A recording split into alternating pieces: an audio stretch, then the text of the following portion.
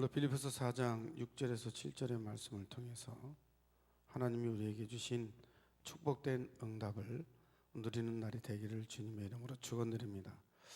우리가 일부 예배 때 다 끝내신 그리스도를 우리가 은혜 가운데 누렸습니다. 다 끝내셨다. 십자가에서 다 이뤘다. 그분이 죽으심과 부활로 우리 인생의 모든 문제를 해결하셨어요. 그래서 우리는 예수는 그리스도라고 합니다. 모든 문제 해결자라고 말합니다. 그래서 우리 삶 속에서 신앙생활하면서 우리가 24시 고백하는 그 내용 중에 하나가 주는 그리스도 살아계신 하나님의 아들이시니이다, 이 고백이에요. 그 고백이 되어지면 이상하게 기뻐지지 않아요? 그냥 기쁨이 와요. 평안이 와요. 감사가 나와요. 염려하다가도 그리스도를 고백하면 뭔가 염려가 달아나는 그런 은혜가 많이 누려지게 됩니다. 그래서 오직 유일성 재창조의 축복을 누릴 수 있는 그 축복된 응답을 통해서 우리가 시스템의 축복을 누리라고 오늘 일부 예배 때 말씀을 드렸죠.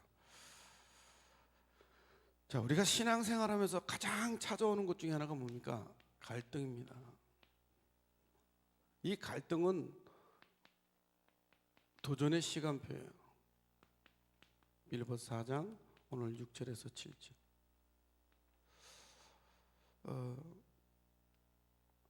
갈등이 왜 옵니까? 다 예수님이 끝내놨는데 왜 갈등이 옵니까? 사실 믿음과 확신이 오지 않으면 갈등이 따라와요. 그런데 신앙생활 처음 할 때는 갈등이 생길 수밖에 없어요. 왜냐하면 모든 게 다 바뀌어지니까. 불신자 상태로 살 때는 그냥 평소에 친구들도 만나고 이렇게 사회생활을 하고 또 뭐 사업을 한다든지 뭐 그런 생활 속에서 그냥 옛날에 과거의 체질대로 살듯이 그냥 먹고 마시고 즐기고 그렇게 사니까 갈등이 있을래 있을 수가 없죠. 그런 환경 속에서는 그냥 재밌고 즐겁다 이렇게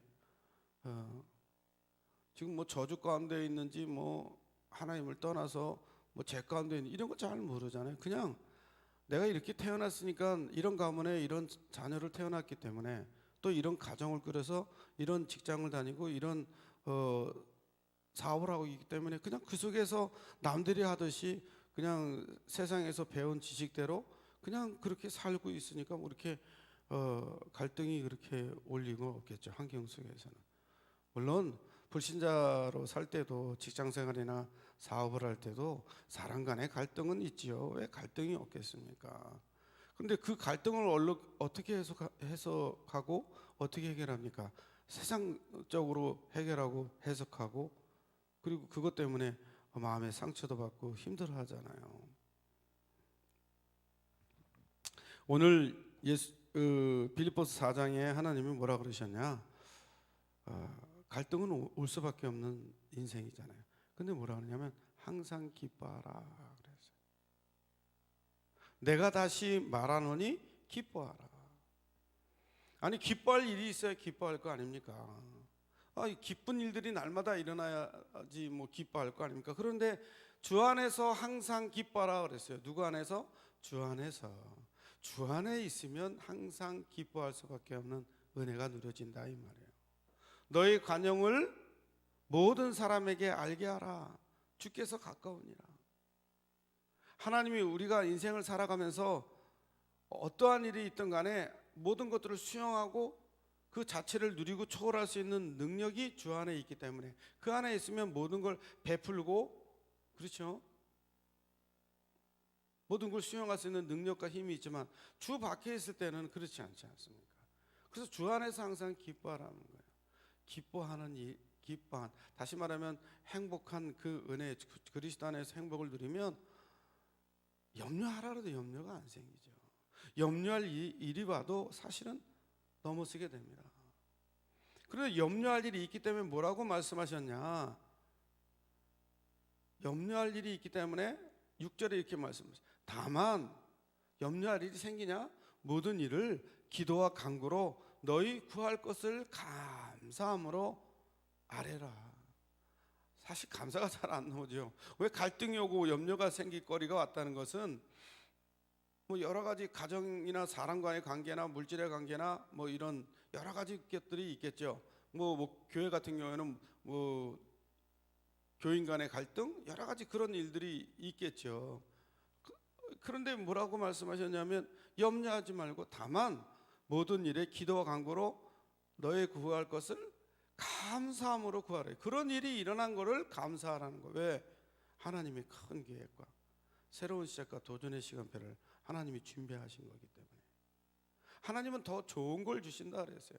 우리가 계획을 하고 우리가 뭔가를 하려 해도 그 걸음을 하나님이 지키신다 그랬습니다.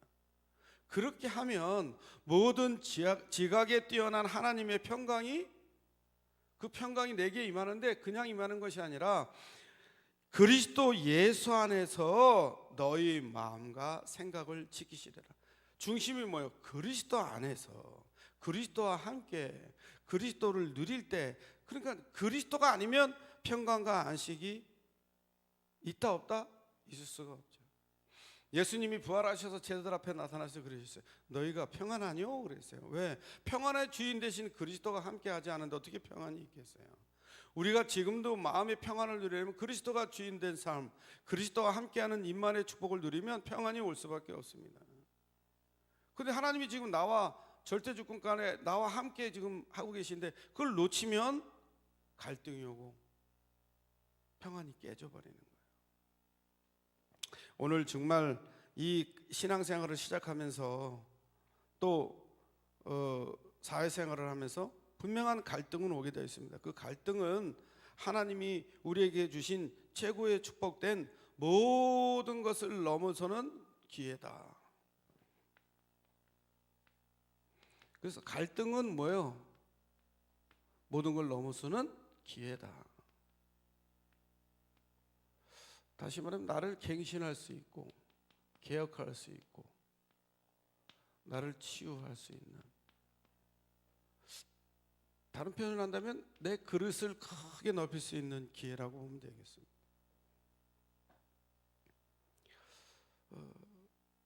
어떤 기회냐? 하나님이 주시는 큰 축복을 받을 기회라 그랬어요.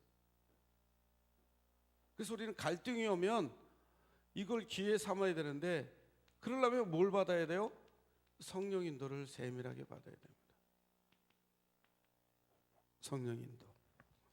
하나님은 우리에게 가장 감사한 게 구원받은 다음에 축복이 뭐냐? 성령께서 나를 인도한다는 거예요. 나를 인도하고 계시다는 거예요.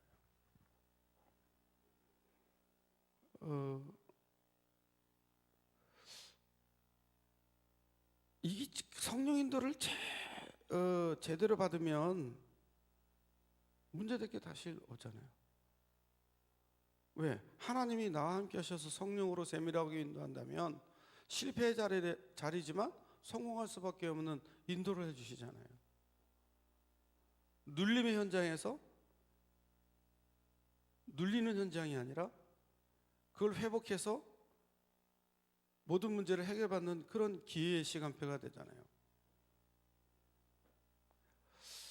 애굽에서 노예 생활했던 이스라엘 민족이 출애굽을 통해서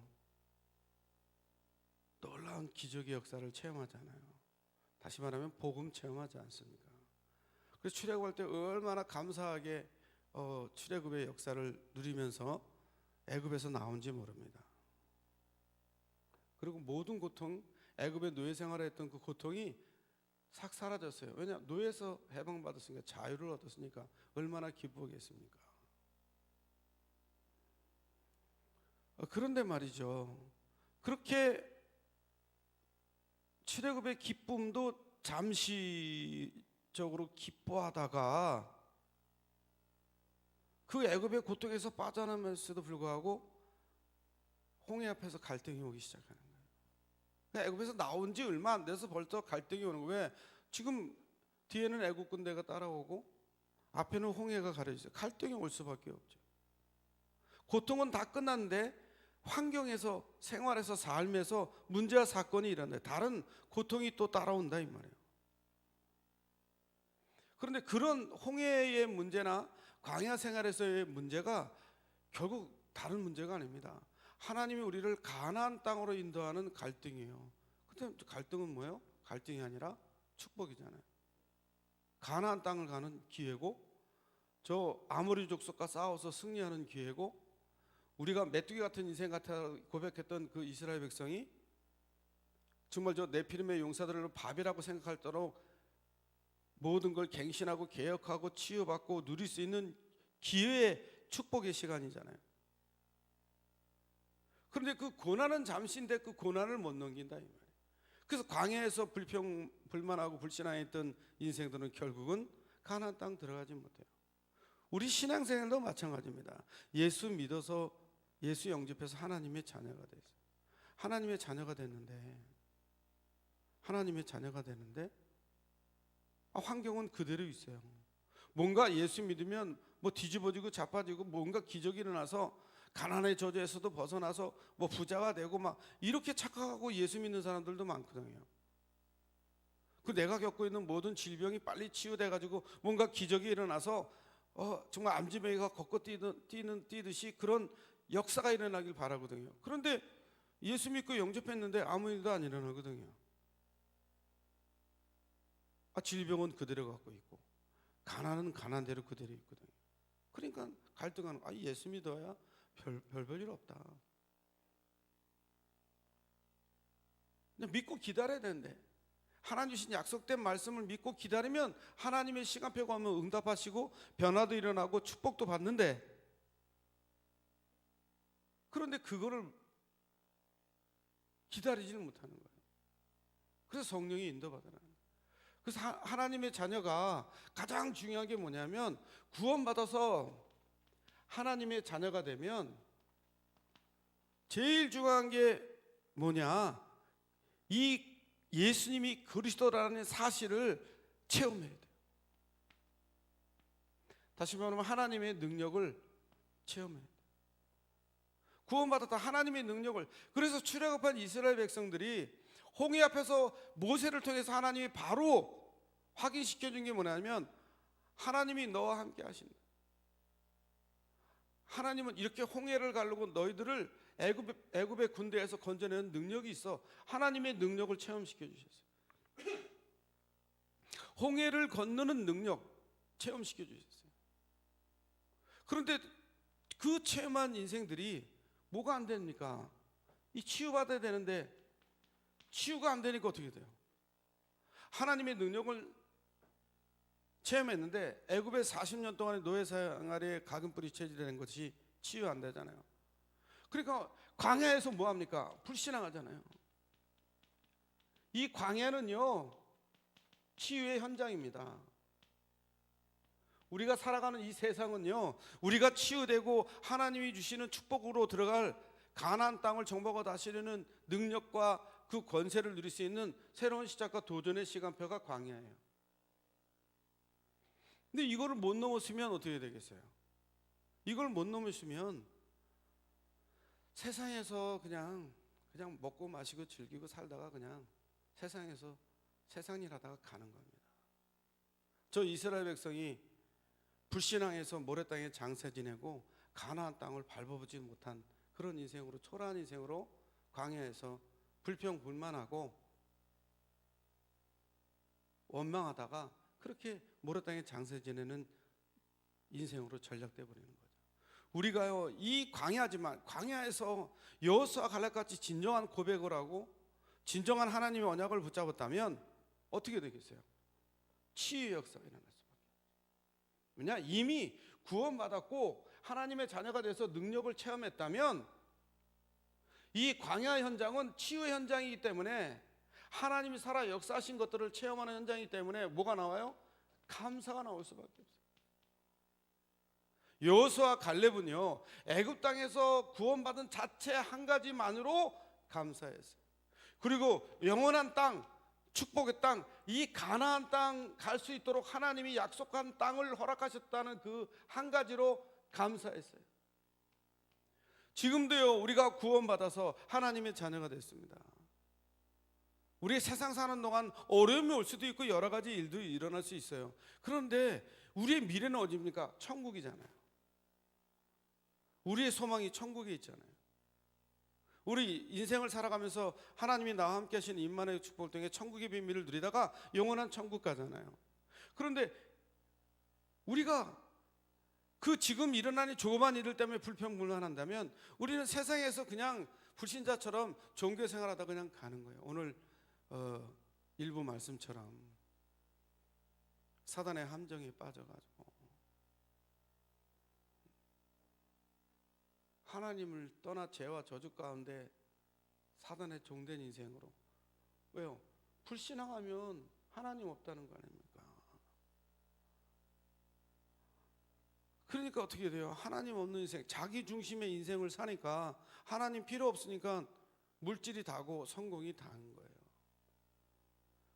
예수 믿고 구원받아서 교회 나오지만 아직도 그 사상과 각인뿌리 체질한 옛 것을 갖고 있기 때문에 뭐가 안 나와요? 감사가 안 나와요. 불신앙이 나와요. 교회 나오는데 아직도 물질과 성공이 달아. 그러니까 직분 가지고 싸우고요, 자리 가지고 싸우고요, 조금만 일에 시험 들고요, 분파 만들고 분리하고, 세상 말로 도다리는 도다리끼리 이렇게 몰려다닌다고. 그렇게 편파를 짓고 자기와 성향이 맞는 사람들끼리 같이 하면서 이런 불신앙의 인생을 살다가 응답도 못하고 응답도 못 받고 감사 생활도 못하고 결국 인생을 그냥 후대에게 잘못된 신앙관을 물려주고 그러고 갑니다. 뭐 부끄러운 구원을 받겠죠, 예수 믿었다면. 분명히 갈등은 있다 그랬어요. 이 갈등을 그러면 뭘로 넘었을 거냐? 하나님이 함께 하시는 그 임만의 축복으로 넘겨서야 된다 이 말이에요. 주님이 주시는 은혜로 넘어서야 돼요. 그 문제가 오면 은혜 받으면 사실은 다 끝난 거예요. 은혜 받으면 됩니다. 은혜 못 받으니까 갈등이 옵니다. 제가 복음 깨닫고요, 그렇게 급한 성격이 운전도 막 급하게 했거든요. 그러면 옛날에는 막 차가 끼어들면 막 싸우고 그랬어요. 그런데 은혜 받으니까 차가 끼어들면 저 영혼도 구원 대상이구나, 저 영혼도 나처럼 복음 깨닫지 못해서 저렇게 급한 인생으로 살고 있구나. 완전히 달라지는 거죠. 은혜 받으면 모든 게 수용되고 관용을 베풀고 다 됩니다. 은혜 받으시기 바랍니다. 지금 어려운 문제 있습니까? 하나님의 말씀으로, 하나님이 나와 함께 하시는 그 한 가지로 은혜 받으시면 정말 놀라운 기적의 역사, 응답의 역사가 일어나게 돼 있어요. 예. 그래서 이 세상은요, 천국 가는 그 시간표까지 치유받는 훈련입니다. 우리는 천국 가야 완전한 치유가 되겠죠. 죽을 때까지 치유받는 거죠. 예. 가나안 갈 때까지 광야에서 여러 가지 환경 속에 물도 없지요, 밤에는 춥지요, 낮에는 덥지요. 그뿐만이 아니지 않습니까? 배고프지요. 그건 애굽의 체질로 그러잖아요. 애굽에서는 그래도 고기도 먹고 부추도 먹고 막 이런 불평불만하잖아요. 예수 믿었으니까 예수 믿고 진짜 하나님 일을 하는데 어려움이 닥치긴 닥치더라고요. 때로는 쌀이 떨어지는 문제도 오고요, 때로는 정말 물질이 없어서 뭐 금식이 아닌 금식을 그냥 하게 될 때도 있고, 그러면서요 하나님이 우리를 단련시켜서 훈련시켜서 어떠한 상황과 문제가 오더라도 거기에 무너지지 않도록 하나님이 우리를 훈련시켜서 신앙생활을 통해서 이 최고의 자리인 서밋의 자리로 세울 수밖에 없는 응답들을 하나님이 지금도 허락하시고 우리를 그 길로 인도하고 계신 줄 믿습니다. 참 그런 부분들이 참 있더라고요. 저도 예수 믿고 복음을 깨달으니까요, 야 이거 진짜 놀라운 기적이 일어날 것 같아요. 뭔가 문제가 바로 해결될 것 같아요. 근데 문제가 해결이 안 되더라고요. 제일 문제가 해결이 안 되는 게 뭐냐? 가정에 지금 일어나고 있는 일들이에요. 제 과거에 살았던 그 문제와 사건을 통해서 온 해결받지 못하는 그 문제들이 아직도 남아 있는 거예요. 그러니까 갈등이 올 수밖에 없죠. 자, 결국은 어떤 사람들이 가난합니까? 어떠한 일이 있어도 오늘 빌보서 4장 6절의 말씀처럼 7절 말씀처럼 감사하는 사람, 하나님의 은혜에 감사하는 사람, 이런 사람들이 승리하시더라고요. 네, 오늘 감사하시기 바랍니다. 자, 우리가 신앙생활하는데 아까도 얘기했죠. 새로운 갈등이 생깁니다. 어디서 생깁니까? 가장 먼저 오는 게 가정이에요.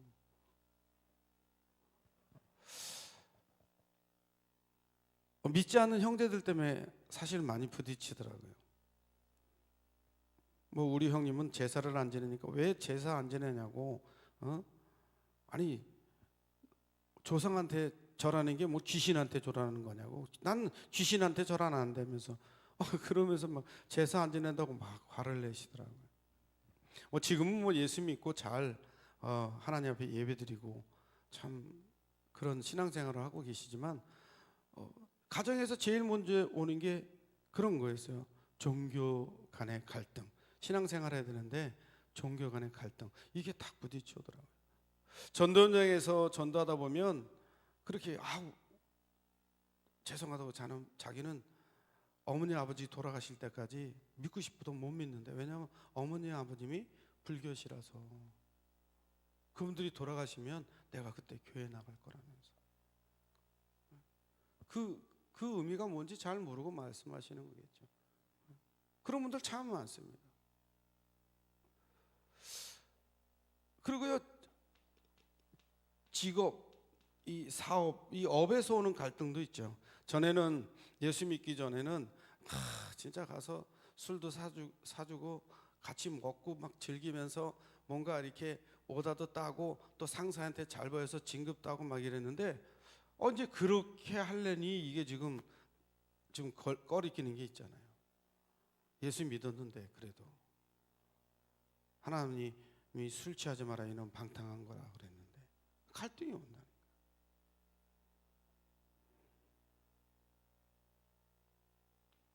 그 갈등을 뭘로 넘어설 거냐. 진짜 변하니까요. 제가 변하니까 그 갈등이 아니더라고요. 응답의 현장이더라고요. 그런 현장에서 제가 하나님이 저에게 주신 거는 복음에 대한, 전도에 대한 갈급함과 그들에게 복음을 전할 수밖에 없는 그런 갈등으로 하나님이 바꿔주셨어요. 그래서 제가 예수 믿고 나서 만나는 분들한테 이런 환경이 있을 때 제가 복음을 말하고, 나는 내가 이렇게 구원받았다. 제가 사업에 묻어나서 이 사기죄로 고소가 당해가지고 이제 경찰서에 잡혀갔어요. 사기친 건 아니죠. 사업에 부도가 나면 그렇게 되어 있습니다. 근데요, 참 제가 복음 깨닫고 경찰 앞에서 경찰이 저한테 그래서 아유 세상이 왜 이런지 모르겠습니다. 막 얘기하는 거예요. 그래서 글쎄 말이에요. 세상이 말세지요. 그러면서 제가 그 경찰한테 이게 왜 이런 일이 지금 일어나고 있는지 아시냐면서, 제가 왜 이런 일을 겪어야 되는지 아시냐면서, 그러면서 큰 문제, 3가지 문제다. 근본 문제가 있다. 경찰이 나를 이렇게 눈을 크게 뜨고 쳐다보더라고요. 근본 문제가 있습니다. 인간의 스스로 힘으로 해결할 수 없는 3가지 문제 때문에 이런 문제 속에 살고 있고, 세상이, 저 세계가 이렇게 혼란스럽고 혼미합니다. 그 문제가 뭡니까? 경찰이 이렇게 물어보는 거예요. 그래서 제가 말씀드렸죠. 첫 번째, 인간은 죄인이라는 겁니다. 두 번째, 눈에 보이지 않는 영적 존재가 있다는 사실이에요. 하나님은 그 영적 존재를 사단이기다 사단이라고 얘기하고 마귀라고도 하고 귀신이라고도 말씀하셨다. 그러면서 세 번째는 인간은 절대 하나님을 만날 수 없다. 그래서 하나님을 못 만났기 때문에 하나님이 함께하지 못하기 때문에 그 죄 문제를 해결받지 못하고 영적 존재 사단의 손에서 못 벗어나서 이런 문제가 옵니다. 아니 그러면 그 문제를 어떻게 해결합니까? 이렇게 물어보더라고요. 그거를 해결하시라고 약속하셨고 그 문제가 창세기 3장의 아담과 하와가 사단에게서 이런 범죄함을 이루고 이런 일이 일어난 거다. 그리고 불신 상태를 말씀드리고 예수 그리스도를 마음속에 영접하겠냐 그랬더니 이분이 경찰이니까 여기저기 이렇게 쳐다보고 글쎄요 저는 아직 이러면서 가만히 있더라고요. 저는요 제 스스로 너무 깜짝 놀랐어요. 야 그런 경찰한테 그것도 내가 지금 부도 나서 사기죄로 잡혀온 내가 복음 깨닫고 당당하게 그 경찰한테 복음을 말했다는 자체가 지금 생각해보면 진짜 내가 생각해도 내가 아닌 거예요. 미친 거죠. 세상 사람이 올 때는 나를 아는 사람들이 올 때는 저 서천욱이가 미쳤구나 이렇게 생각했을 거예요 아마. 그런데 그런 갈등들이 온다. 그리고 뭐요? 인간관계, 사람과의 갈등이 옵니다. 사회생활하면 갈등 당연히 오죠. 그 부딪히는 사람, 또 예수 믿는 사람을 싫어하는 사람도 있어요. 그리고 그런 회식 자리에 안 가면 막 인상 쓰고 싫어하시는 분들이 있습니다. 이런 갈등들이 또 교회 내에서도 와보니까 나는 예수 믿고 진짜 구원받아서 교회에 와보니까 아니 옆집 사람 뒷집 사는 사람 보니까 저 사람은 평소에 행동을 어떻게 하고 저 사람은 어떻고 저 사람은 어떻고 너무 잘하는 사람들이 와서 거룩한 척하고 앉아 있는 거예요. 그러니까 아니 저런 사람들이 어떻게 저렇게 직분을 갖고 이 교회에 있냐 갈등이 와요. 그리고 그들이 말이나 언어나 행실과 행동을 보고 갈등이 와요. 교회 내 신앙생활하면서 틀린 건 아니죠. 교회는 그런 분들이라서 예수 믿고 정말 치유받고 변화되어서 새로운 인생을 사는 그런 장소가 교회입니다. 그 교회는 도둑놈도 오고요, 강도했던 사람도 오고요, 살인했던 사람도 옵니다. 정말 낯 놓고 기억자도 모르는 지식이 없는 분도, 학문이 없는 분도 옵니다. 그리고 학문이 높은 교수들도 오고 엘리트도 오고요, 가난한 서민들도 옵니다. 거기 그런 환경을 뭘로 마칩니까? 오직 하나님의 말씀이 아니면 그 갈등들을 해소할 수 없어요. 그래서 교회는 오직 복음만 말하는 거예요. 오늘 복음만 말하고 누리고 증거한 일에 승리하기를 주님의 이름으로 축원드립니다. 자, 구원받았다면요, 구원받은 자는요, 실존은요 다른 게 없습니다. 하나님이 생명과 성령의 법으로 나와 함께 하셔요. 누가 함께 하셔요? 하나님이. 로마서 8장 2절의 말씀처럼 구원받은 성도의 그 실존을 누려야 되는데 못 누리면 힘들잖아요. 다시 말해 임마누엘 축복이에요. 위드 임마누엘 원니스. 교회는 이거 되면 다 되어질 수밖에 없는 거죠. 생명과 성령의 법이 함께 하시는 하나님이잖아요. 구원받은 성도는 이런 축복을 받았어요. 성령께서 우리 속에 계셔서 뭐 하십니까? 영원히 나와 함께 하셔요. 천국 가서도 함께 하시니까 영원히 함께 하시는 거죠. 요한복음 14장 16절 말씀처럼. 그리고 요한복음 14장 26절 27절에 보니까 하나님이 나와 함께 하시면서 우리에게 뭘 주시냐? 평강을 주셔. 나와 함께 하시는 임마누엘. 아까도 말씀드렸죠. 예수님이 부활하셔서 제자리에 나타나셔서 하신 말씀이 뭐예요? 평안하니요 그랬어요. 하나님이 나와 함께 하시면요 평안이 오는데 세상이 주는 것과 같지 않는 평안이라고 그랬어요. 그러면서 근심하지 말라, 두려워 말라 말씀하셨어요. 그리고 우리의 생각과 모든 것들을 가르치신다 그랬어요. 하나님이 나와 함께 하심으로 성령 내주 나의 삶을 인도하시고 평강을 주시고, 그리고 고린도서 3장 16절의 말씀처럼 우리의 몸이 하나님의 성전, 하나님의 영이 우리 안에 오셔서 나를 성전사고 너희가 성전인 것과 성령이 너희 안에 거하는 줄 모르니. 하나님이 나와 함께 존재해요. 그뿐만 아니죠. 고린도서 2장 10절 12절을 보니까 하나님이 우리 안에 오셔서 우리를 깨닫게 해서 가르치시고 인도하는 것이 뿐만 아니라 하나님의 깊은 것을 하나님의 영에는 누가 알려 그랬어요. 그 신령한 진리를 깨닫게 하셔요. 그 하나님이 나와 함께 하시기 때문에 소통의 역사를 통해서 정말 하나님이 우리에게 신령한 것들을 깨닫게 가르치시죠. 참 저는 현장에서 그걸 많이, 하나님이 나와 함께 한다는 걸 어디서 많이 깨달았냐, 물론 혼자 있고 기도할 때도 깨달았지만 현장에서 전도할 때 그 전도한 대상자가 잘못된 길을 갈 때, 그때 나도 모르게 율법으로 과거 체질이 와서 그에게 막 이렇게 뭔가를 하려 할 때 그때 하나님이 저한테 깨달음을 주는 거예요. 너도 옛날에 그랬지 않냐. 저는요 얼마나 깜짝 놀랐는지 몰라요. 제가 전도한 학생들이 교회를 나왔는데 그 학생 중에 하나가 좀 약간 이렇게 조폭 스타일 같은, 조폭들의 행동 대원이라 이랬던 그런 학생이었어요. 근데 이 친구가 자기 생일이라고 주일날 낮에 나가서 점심 얻어 먹으면서 술 먹고 오후에 우리 청소년애들이, 학생부가 찬양 앞에 나와서 이제 예배 전에 찬양하기로 되어 있는데 얘가 술 먹고 온 거예요. 그러니까 나도 모르게 얘 체질로 딱 돌아가는 거 있죠. 갈등이 오는 거. 저 녀석이 또 예뻐지 그냥 나왔구나. 그리고 내가 전도해서 데려온 아이인데, 그러지 않아도 애들이 막 행실이 막 이런 애들이 교회 오니까 자기네 성도들은 자기네 자녀들과 물줄까봐 막 이러고 있는데, 왜냐 복음 없으니까, 종교생활 하시는 분들이니까. 그러니까 그 얘기를 듣는 가운데 그 아이가 그런 행동을 하니까 나도 모르게요 갈등이 오는 거예요.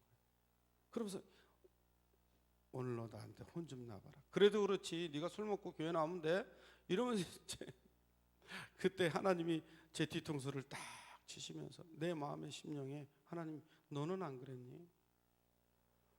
저는요 그 자리에서 다리에 힘이 풀려서 진짜 쓰러질 뻔했어요. 그러면서 제가 옛날에 전혀 기억지 못했던 행동을 기억나게 하셨어요. 제가 학생 시절에 초등학교 동창생이 내가 방황하는 나를 보고, 친구들이랑 술이 먹고 이렇게 돌아다니는 나를 보고 나를 데려갔어요. 그게 교회였어요. 그때 무슨 날인지 몰라도 학생부 애들이 이렇게 모였는데 저한테 그 친구가 얘기했어요. 전우가 너도 예수 믿고 이런 방탕한 생활 이제 끝내. 너 착하지 않니? 너 옛날에는 안 그랬는데 왜 이렇게 변했어? 나한테 막 그랬어요. 그때 제가 이렇게 얘기했어요. 친구야, 너는 너의 갈 길이 있고 나는 내가 갈 길이 있어. 너하고 나하고는 틀려. 이랬던 기억을 그 짧은 시간표 속에, 잠깐 그 시간 속에 깨닫게 하고 나를 가르치는 거야. 너는 안 그랬냐? 그랬던 너도 이렇게 변해서 예수 믿고 저 아이에게 복음을 전했던 그런 전도자가 됐지 않냐? 저는요 얼마나 깜짝 놀랐는지 몰라요. 제가 만약에 그 친구에게 뭐라고 나무라고 그랬다면 그 친구가 교회를 떠났을 거예요. 그러지 않아도 환경이 너무 힘들고 예수 믿고 교회 나와서 너무 좋은데 자기는 지금 이런 조폭 생활을 하고 있고 그 아이들의 심부름도 하고 뭔가 행동대로 해야 되는데 이게 하나님 말씀과 부딪히잖아요. 그 갈등 속에 있던 아이였거든요. 내가 만약에 뭐라고 나무라 했다면 그 친구는 영원히 아마 실족했을 거예요. 그런데요 그때 당시 하나님이 너는 안 그랬냐 그러면서 그 아이를 보듬게 하셨어요. 그래 괜찮아. 술 먹고 교회 나올 수도 있지. 술 안 먹고 양복 입고 멋쟁이 짓 하며 학문과 모든 지식과 모든 걸 겸비해서 성공한 사람들이, 잘 나가는 사람들이 교회 안 하는 것보다 그래 네가 더 100배 낫지. 복음으로는 구원받지 못한 그 거룩한 척 하는 수녀보다는 진짜 예수 믿고 돌아온 창녀가 더 낫다고 그러는 것처럼 그렇지 않냐. 전 그때 그 아이가 참 얼굴이 뻘개가지고 나와서 2부 예배 때 이 학생들이 나와서 찬양하는데 거기 서서 이렇게 찬양한 모습을 보면서 얼마나 회개한지 몰라요. 하나님 앞에 너무 죄송하더라고. 교회가 어떤 겁니까? 그런 분들이 와서 변화되는 데가 교회 아닙니까? 어떻게 교회가 거룩 찾고 뭔가 자기가 윤리도덕 속에 다 해결받고 교회에 나올 수 있겠습니까? 해결받을 수 없는 상태에 살고 있는데 많은 사람들이. 그러니까 그런 갈등이 올 수밖에 없어요. 그리고 임마누엘 완네스죠. 모든 것을 로마서 8장에 보니까 협력하여 선을 이룬다 그랬어요. 협력하여 선을 이룬다 그랬어요. 오늘 이 축복이 하나님이 우리에게 주신 갈등을 도전할 이유, 그리고 갈등에 승리할 수밖에 없는 축복이 바로 실존입니다. 구원받은 성도의 실존. 하나님이 너와 함께 하십니다. 우리와 함께 하십니다. 이 축복이 정말 최고의 축복이라고 믿습니다. 그래서 모든 이 문제의 해결책은 조금 전에 말씀드린 것처럼 하나님이 나와 함께 하십니다. 함께 하심으로 요셉은요 어떤 상황에도 하나님이 함께 하심으로 형통한 자가 됐다 그랬어요. 하나님이 함께 하심으로. 그래서 문제 해결책은 하나님이 항상 함께 하심으로 해결되는 거예요. 그분이 나의 모든 걸 책임지신 거예요. 그래서 성령 내주 임마누엘의 축복을 누리면 성령의 역사를 통해 나를 책임지시고, 그리고 성령의 인도를 통해 나를 책임지시고 성령의 역사를 통해서 내 삶의 응답의 삶을 살 수밖에 없도록 역사하신다니까. 내 가는 길에 어려움과 고난의 길에 천군천사 동원돼서 지켜주시고요, 사단을 결박할 수 있는 능력을 누리도록 하나님이 권세를 주셨어요. 얼마나 감사한지 모릅니다. 왜 그럽니까? 약속하셨거든요. 요한복음 16장 7절에 보니까 보혜사 성령을 보내서 우리에게 보내셔서 우리를 돕겠다고 말씀하셨어요.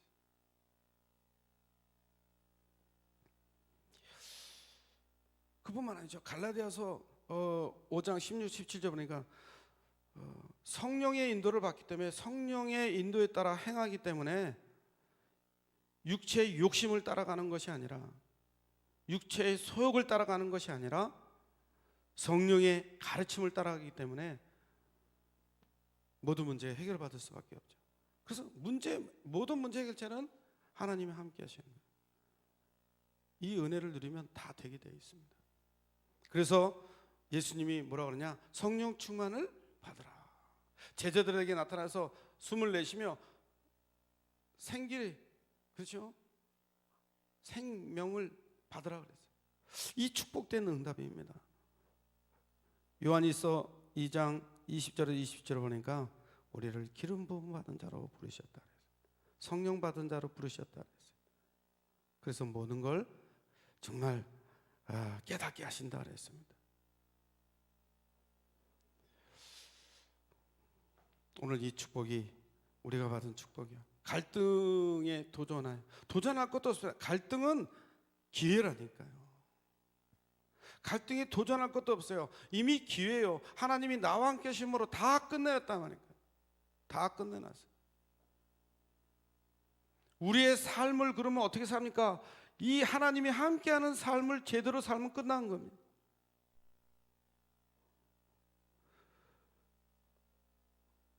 그래서 오늘 본문의 말씀처럼 모든 일을 감사함으로 하나님 앞에 아뢰라 그랬어요. 기도와 간구로 하나님께 아뢰라 그랬어요. 사도행전 13장에 갈등이 올 때 바울팀이 기도했어요. 그랬더니 세밀한 성령의 인도를 통해 놀라운 역사를 일으키시지 않습니까? 그리고 염려하지 말고 오늘 본문 말씀처럼 기도하라 했고요. 요한복음 15장 7절에 보니까 하나님의 원리를 따라 기도하니까 놀라운 역사가 일어났어요. 내가 너희 안에 거하고 너희가 내 안에 거하면 무엇이든지 구하라 그랬어요. 그러면 뭐요? 내가 이루리라 그랬어요. 기도하면 하나님께서 모든 걸 이뤄나가십니다. 그리고 주님의 이름으로 기도할 때 분명히 뭘 주신다 그랬어요? 삶 자체가 기쁨이 충만하니라 그랬어요. 자, 갈등은 기회라 그랬습니다. 왜 그렇습니까? 주님께서 오늘 확실하게 일부 메시지에 말씀해 주셨어요. 다 이루다, 다 끝냈기 때문에. 주님이 다 끝냈어. 그래서 우리는 오직만 하면 됩니다. 뭘로 오직합니까? 그리스도로 오직하면 됩니다. 뭘로 오직하면 됩니까? 그리스도로 오직하면 됩니다. 나는 갈등이 오고 여러 가지 사건과 문제 가운데 실패할 수밖에 없는 사단의 전략에 속을 수도 있어요. 그러나 하나님의 사랑에서 우리를 결단코 끊을 자가 없다 그랬어요. 악한 자가 우리를 만지지도 건들지도 못한다 그랬어요. 그래서 우리를 속입니다. 속을 수도 있죠. 그럼 오직 다시 하면 됩니다. 그리스도 붙잡으면 됩니다. 그러면 놀라운 역사가 일어나요. 그래서 하나님은 오직 이 그리스도의 언약 붙잡은 구약의 창세기 3장 15절, 여자의 손에 언약을 잡은 사람은 다 승리했어요. 처음부터 오직의 축복을 우리에게 허락하셨어요. 오직의 축복을 주셔서 다 끝냈어요. 하나님은 세상을 이처럼 사랑하사 독생자를 주셨으니 이는 멸망치 않고 영생을 얻게 합니다. 하나님은요, 처음부터 우리에게 피할 길을 주시고 응답의 길을 주시고 축복의 길을 주셨어요. 오직의 축복. 이거 아니면 안 돼. 이거 아니면 해결책이 없어요. 저 세상이 다 타락의 길을 가고 사회가 다 무너질 그 네피림 시대에 하나님은 노아에게요, 창세기 6장 14절 방주라는 축복을 줍니다.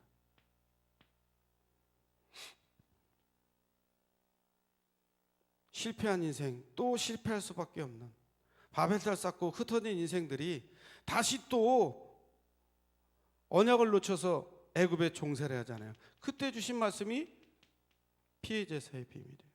다시 말하면 그리스도예요. 오직 그리스도 잡았는데, 피해 제사의 비밀 잡았는데 구원의 역사, 놀라운 해방의 역사, 출애굽 역사를 체험하게 되잖아요. 또 놓쳤어요. 그래서 어떻게 됩니까? 바벨론 포로됐을 때 이사야 7장 10절에 보라 처녀가 잉태 아들을 낳으니 그 이름을 임마누엘. 임마누엘 언약, 이 언약이 왜 오직의 축복이냐? 임마누엘 잡았는데 포로에서 벗어났다니까요.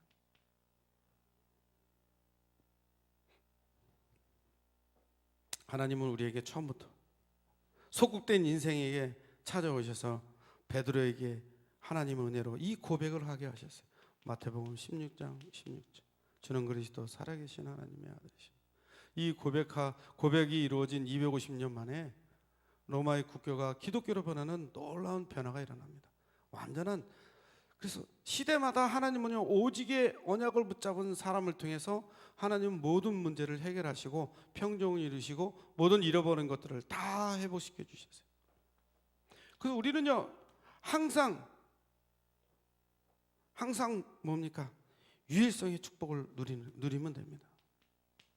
오직의 축복을 주시고요, 유일성의 축복을 주셨어요. 왜? 다 끝냈어요. 유일성의 축복으로 다. 사도행전 4장 12절에 천하인간의 구원을 말하는 우리 이름을 우리에게 주신 일이 없다. 그래서 우리는 항상 유일성의 축복을 날마다 고백하고 누리는 거예요. 왜? 고린도전서 1장 18절에 이것이 하나님의 능력이라고 했어요. 유일성의 축복이 오니까 뭡니까? 우리의 인생에 무거운 짐, 여러 가지 사건과 문제들이 그리스도께 완전히 맡겨지니까 완전히 치유되는 역사, 능력의 역사, 축복의 역사. 수고하고 무거운 짐진 자들아 다 내게로 오라. 내가 너희를 편히 쉬게 하리라. 그래서 날마다 우리는 시간마다 분초마다 예수 그리스도의 그 구원의 길이를 날마다 그리고 누리는 겁니다. 하나님이 인간만 하나님의 형상대로 만드셨어요. 인간만 하나님의 형상대로 만드셨어요. 하나님이 함께하면 행복하도록 인간을 만드셨죠. 이게 창조의 원리입니다. 그런데요, 인간이 마귀에게 속아서 죄를 짓고 하나님을 떠나게 됐죠. 하나님을 떠난 인간은요, 마귀의 자녀로 전락돼서 인생을 불행하게 삽니다. 불행한 인생을 쭉 살다가 자기 후대에게 불행을 물려주고 지옥 갑니다. 사랑이 많으신 하나님이 이 유일한 해결책을 우리에게 허락하셨어요. 구원자입니다. 그분의 이름이 예수고 그분이 그리스도라는 직분을 감당하셔서 우리 인생에 세상의 어떤 것으로도 해결할 수 없는 마귀 문제, 죄 문제, 하나님 떠난 문제를 완전히 십자가의 죽으심과 부활로 하나님 만나는 길을 여시고 죄와 저주의 재앙에서 우리를 건져내셨어요. 이 예수 그리스도를 마음속에 영접할 때 하나님의 자녀가 됩니다. 하나님의 자녀가 되면요, 영원한 행복을 얻습니다. 그렇죠? 영원한 행복을 누리다가 영원한 행복인 천국에 갑니다. 그래서 날마다 우리는요, 이 그리스도를 누리면 그리고 증거해야 됩니다. 날마다 그리스도를 묵상해야 돼요. 아까도 찬양했지만 오늘 내게 한 영혼을 하나님이 붙여주시면 그 붙여신 영혼에게 복음을 말할 수 있는 준비된 사람, 이 사람이 유일한 축복을 누리고 있는 제자예요. 축복받은 사람. 신앙생활하면서 교회 나와서 신자가, 하나님의 자녀가 이 복음을 말할 수 없다면 참 불행한 인생이에요. 구원받고도 종교생활하고 불행한 인생입니다. 그래서 우리는 날마다 이 그리스도를 말하고 높이고 증거한 일에 생명 거는 거예요. 이 일을 위해서 생명 거는 거예요. 나를 살리는 길이고 다른 사람을 살리는 길이고 세계를 살리는 길이 그 유일한 길, 유일한 축복이 복음이에요. 그때 하나님은요, 우리에게 재창조의 축복을 이미 다 끝내신 그리스도가 재창조의 축복을 주셨어요. 왜 그럽니까? 과거, 현재, 미래의 모든 문제를 다 끝내버렸다니까. 재창조로. 다시는 사단의 종으로 돌아가지 않도록 영원한 생명과 영원한 천국과 영원한 배경과 영원한 축복을 다 주셨어요. 보좌의 축복, 싱호환을 초월하는 237의 빛으로 내게 임하셔서 과거, 현재, 미래의 걸 다 끝내버렸어요. 그리고 가장 중요한 하나님의 형상을 회복시켜 주셨어요. 하나님이 주신 영원한 생명, 생기, 그리고 우리의 삶이 하나님이 함께 하심으로 에덴의 축복으로 완전히 환경과 생활을 변화시키고, 그리고 이 축복을 누리니까요, 갈등이 올 이유가 없고, 갈등이 와도 괜찮은 거예요. 왜? 나는 아니니까. 어떤 목사님 말씀대로 시험들 일이나 갈등들 일이 오면 그때 속으로 이렇게 안 받아 안 받아, 나 안 받아. 불신앙 가면 안 받아. 시험들 일 오면 안 받아. 그렇죠. 받을 이유가 없죠. 왜 사람들이 시험 드니까? 받으니까 시험 드니까. 왜 사기당 아닙니까? 그 말을 듣고 순종하고 따라가니까, 그 일을 행하니까 사기를 당하는 거예요. 아담과 하와가 왜 그러니까 따먹지 말랬는데 따먹으니까 죽은 거예요. 영이 죽어버린 거예요. 왜? 사단에게 속아서. 사단이 원하는 계획대로 선악과를 따먹고 하나님을 떠나 죄와 저주 가운데 사단의 종으로 전락된 거 아닙니까? 그래서 이 문제는요, 하나님이 함께하지 않으면 해결할 수가 없어요. 함께하시기 위해서 그리스도가 이 땅에 오셔서 십자가 지시고 부활하셔서 이 문제를 다 끝내셔서 우리에게 원래 인간의 축복을 회복시켜 주셨어요.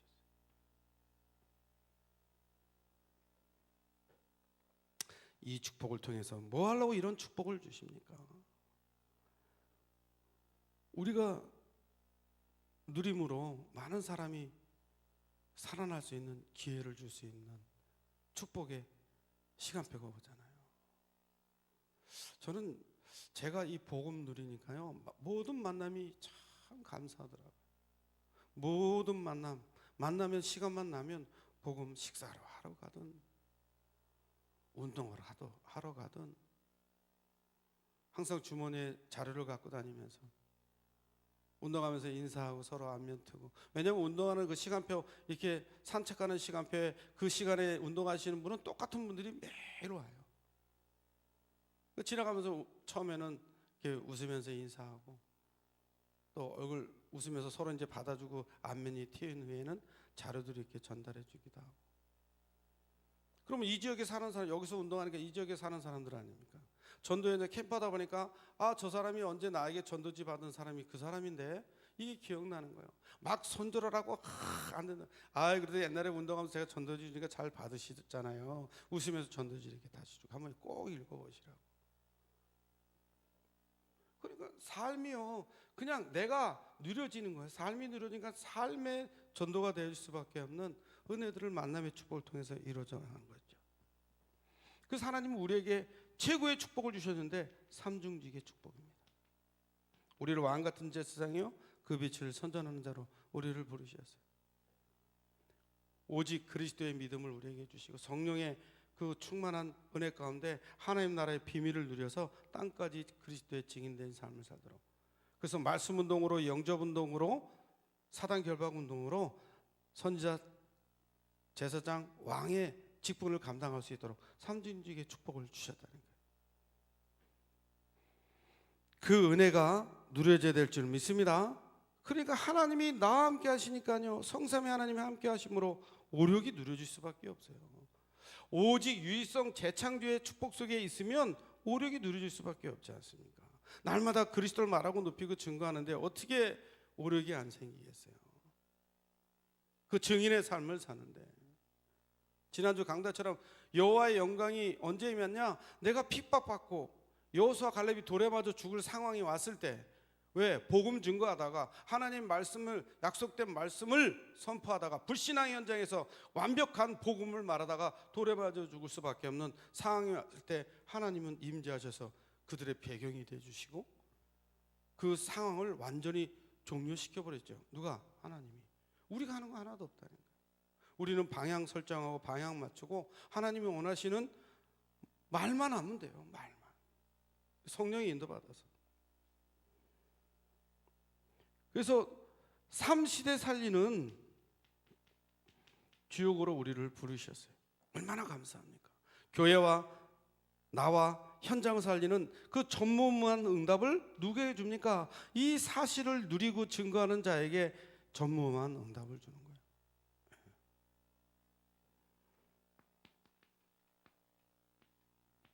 그 하나님은 우리에게 뭘 만들어 하냐? 이 사실을 누릴 수 있는 시스템이 되라는 거예요. 너는 플랫폼이다. 너를 파수망으로, 너를 안테나로 이 지역에 너를 지명하여 세웠다. 너를.